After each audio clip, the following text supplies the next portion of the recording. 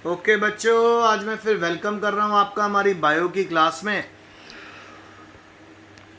बच्चों, आज मैं आपके साथ हमारा लास्ट क्वेश्चन कर रहा हूँ बायो का, चैप्टर 10 का। आपको मैंने चैप्टर 10 शुरू करवाया था, माइक्रोब्स इन ह्यूमन वेलफेयर। और जब हम माइक्रोब्स इन ह्यूमन वेलफेयर कर रहे थे तो मैंने आपको उसी समय बता दिया था कि यहाँ पे हम उन माइक्रोब्स को स्टडी करेंगे जो हमारी हेल्प कर रहे हैं, बैक्टीरियाज को। तो मैंने आपसे बायो फर्टिलाइज़र के बारे में बात करी कि बायो फर्टिलाइज़र, बायो इंसेक्टिसाइड्स क्या निकले, यूज़फुल बैक्टीरिया निकले, यूज़फुल फंगस निकली। अब तो आपको लेक्चर समझ आने लग गया होगा। फिर उसके बाद मैंने मेजर टॉपिक्स इसमें उठाया आपके साथ, जिसमें हमारा एक बायोगैस प्लांट था, सीवेज ट्रीटमेंट थी। फिर मैंने आपको करवाया था कि जी बायो इंसेक्टिसाइड कैसे हेल्प कर रहे हैं। तो आज हमारा लास्ट क्वेश्चन है कि plant tissue culture food production कैसे बढ़ा रहा है। Discuss the role of plant tissue culture in increasing food production.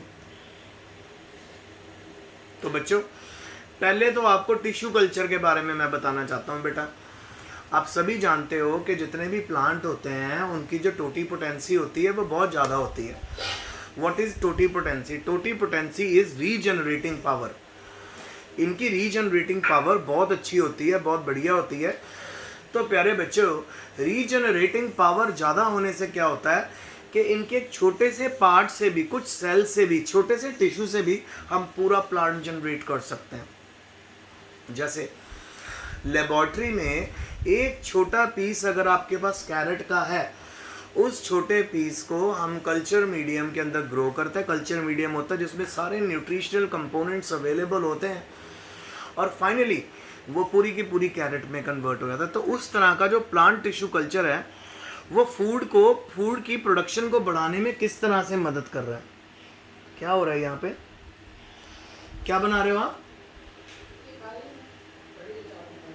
ठीक है, तो आइए देखें। तो सबसे पहले है हमारा प्लांट टिश्यू कल्चर। अब ये प्लांट टिश्यू कल्चर क्या चीज़ है? It is maintenance and growth of plant cell, tissue and organ on a suitable culture medium in vitro.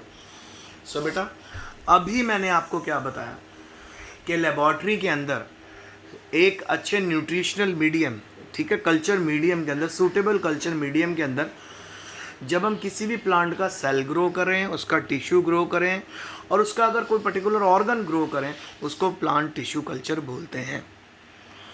तो अब आपको पहले प्लांट टिश्यू कल्चर क्लियर हो जाना चाहिए। एक पेट्री डिश ली, उस पेट्री डिश के अंदर डिज़ायर्ड न्यूट्रिएंट्स लिए और उनके अंदर लिक्विड लिया। वाटर तो होगा ही होगा क्योंकि वाटर इज़ लाइफ। उसके अंदर जब हम सेल्स को ग्रो करें या टिश्यू को ग्रो करें तो उसको प्लांट टिश्यू कल्चर बोलते हैं। सो आइए रोल ऑफ टिश्यू कल्चर देखें कैसे फूड प्रोडक्शन बढ़ा रहा है। सबसे पहले increase in biomass. Callus culture and suspension culture increase biomass and hence food production. Callus culture और सस्पेंशन कल्चर का मतलब मैं बताता हूँ आपको। कैलस होता है बेटा किसी भी तरह का मेरिस्टेमेटिक टिश्यू को ग्रो करना। जब आप किसी भी शूट की टिप काट लें या किसी भी रूट की टिप काट लें तो उसके अंदर मेरिस्टेमेटिक टिश्यू होते हैं ना, उनको अगर हम ग्रो करें, वो तो ऑब्वियसली ग्रो हो रहे हैं, उनका अगर हम नंबर बढ़ा दें सो डेफिनेटली जब हम उनको डिफरेंट प्लांट्स में यूज़ करेंगे तो प्लांट्स की प्रोडक्टिविटी बढ़ेगी ना। तो यानी बायोमास इंक्रीज हो जाता है इसमें। आप सभी ने KFC चिकन खाया होगा। KFC का थाई पीस ले लो, चिकन ब्रेस्ट ले लो, उसकी लेग देख लो कितनी बड़ी बड़ी क्यों होता है वो पीस। वो बड़ा बड़ा इसलिए क्योंकि वो जेनेटिकली इंजीनियर्ड किया गया है। तो इसी तरह प्लांट टिश्यू कल्चर से हमें क्या होता है, हमारा बायोमास प्लांट का बढ़ जाता है, उसका साइज भी बढ़ा सकते हैं, उसकी प्रोडक्टिविटी भी बढ़ा सकते हैं। Next number 2, regeneration of plantlets. Tissue culture is used in increase plantlets and thereby new plants and दस यील्ड इज इंक्रीज। सबसे पहले तो आपको बेटा प्लांटलेट्स के बारे में पता होना चाहिए। किसी भी बेबी प्लांट को प्लांटलेट बोलते हैं। आपको पता, कई बेबी प्लांट को हम सीधा सॉइल में नहीं ग्रो करवा सकते क्योंकि वो इतना हार्श टेम्परेचर और लैक ऑफ वाटर नहीं सह पाएंगे और उन प्लांट्स की डेथ हो जाएगी। तो नर्सरी आपने सुना होगा, प्लांट की भी नर्सरी होती है, वहाँ पे सीड से बेबी प्लांट्स बनाए जाते हैं, प्लेटलेट्स और प्लांटलेट्स। और जब प्लांटलेट्स अच्छे से ग्रो कर जाती हैं बेटा, जब वो एक छोटे से प्लांट से थोड़े से बड़े प्लांट में कन्वर्ट हो जाती है, फिर उनको बाहर लगाया जाता है। तो टिश्यू कल्चर टेक्नोलॉजी से क्या हो जाता है कि हम प्लांटलेट्स का नंबर बढ़ा सकते हैं। प्लांटलेट्स का नंबर बढ़ेगा तो obviously they are the future plants. So plantlets का नंबर बढ़ेगा तो आफ्टर सम टाइम जब आप इन प्लांटलेट्स, जब ये प्लांट्स में कन्वर्ट हो जाएंगे, जब आप इन्हें बाहर लगाओगे तो ऑब्वियसली प्रोडक्टिविटी बढ़ेगी। तो दोनों वे में प्रोडक्टिविटी बढ़ रही है। Third, formation of transgenic plant. Transgenic plant obtain yield more fruits which remain fresh for longer time. तो टिश्यू कल्चर टेक्निक से जो हमें प्लांट्स मिलते हैं उनके अंदर रेजिस्टेंस बहुत होती है, बीमारियों से लड़ने की पावर बहुत होती है। जैसे बीटी कॉटन होगी बेटा, आपको याद है बैसिलस थ्रिंजेंसिस, बैसिलस थ्रिंजेंसिस नाम का जो मैंने आपको बताया था कि बैक्टीरिया है, उसको डाल दिया जाता है इनटू कॉटन प्लांट और वो एक ऐसी टॉक्सिन प्रोड्यूस करता है जिससे इंसेक्ट को प्लांट कड़वा लगता है और अगर वो उसको बाइट कर ले एकदम उसका डाइजेस्टिव सिस्टम खराब हो जाता है और इंसेक्ट की डेथ हो जाती है। तो वो सारा जो सिस्टम है बेटा हम प्लांट टिश्यू कल्चर और बायोटेक्नोलॉजी के साथ ही कर पा रहे हैं। सो अगर हम ट्रांसजेनिक प्लांट्स की फॉर्मेशन करते हैं जो हमें मिलते हैं प्लांट टिश्यू कल्चर से। अब ट्रांसजेनिक प्लांट्स कौन से होते हैं? ट्रांसजेनिक प्लांट बेटा वो प्लांट होते हैं जिनके अंदर हम जेनेटिक मॉडिफिकेशन करते हैं, जिनके जीन्स को हम रिप्लेस कर देते हैं अपनी नीड के अकॉर्डिंग। अपनी नीड के अकॉर्डिंग जब हम उनके जीन्स को रिप्लेस कर देते हैं तो उनको प्लांट टिश्यू कल्चर कहते हैं। ठीक है। सो बच्चों, प्लांट टिश्यू कल्चर की मदद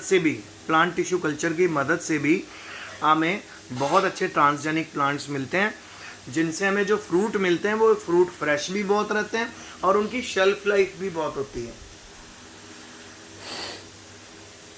अब आपके लिए नया वर्ड आज का, शेल्फ लाइफ। शेल्फ लाइफ होती है कि कोई चीज़ कितनी देर सर्वाइव करेगी, उसको उसकी शेल्फ लाइफ बोलते हैं। ठीक है। तो बहुत समय तक आपके फ्रूट सर्वाइव कर जाते हैं और ख़राब भी नहीं होते। फिर है जी formation of test tube plant. जैसे टेस्ट ट्यूब बेबी वैसे test tube plant. These can be test tube plants can be produced by tissue culture, ठीक है, and their yield time is very less। बहुत ही थोड़े समय में हम प्लांट टिश्यू कल्चर से टेस्ट ट्यूब प्लांट्स बना लेते हैं। जैसे मैंगो प्लांट्स है, अगर वो हम ग्रो करें टिश्यू कल्चर की मदद से, वो फ्रूट्स देने लग जाता है एक ही साल में फ्रूट्स देने लग जाता है वो मैंगो आपको। जबकि नॉर्मल मैंगो का प्लांट है वो 12 साल बाद फ्रूट प्रोड्यूस करता है। ठीक है, as compare to normal which yield fruits after 12 years. So 12 साल का गैप आपने ख़त्म कर दिया, 1 ईयर पे लिया है, किसकी मदद से? Tissue culture, plant tissue culture. फिर आ गया जी shortening life cycle. Tissue culture से सेक्सुअलिटी इज़ बाईपास, उसको हम क्रॉस कर जाते हैं और लाइफ साइकिल छोटी हो जाती है और जो फूड प्रोडक्शन वाला जो स्टेज है वो हम बहुत जल्दी अचीव कर लेते हैं।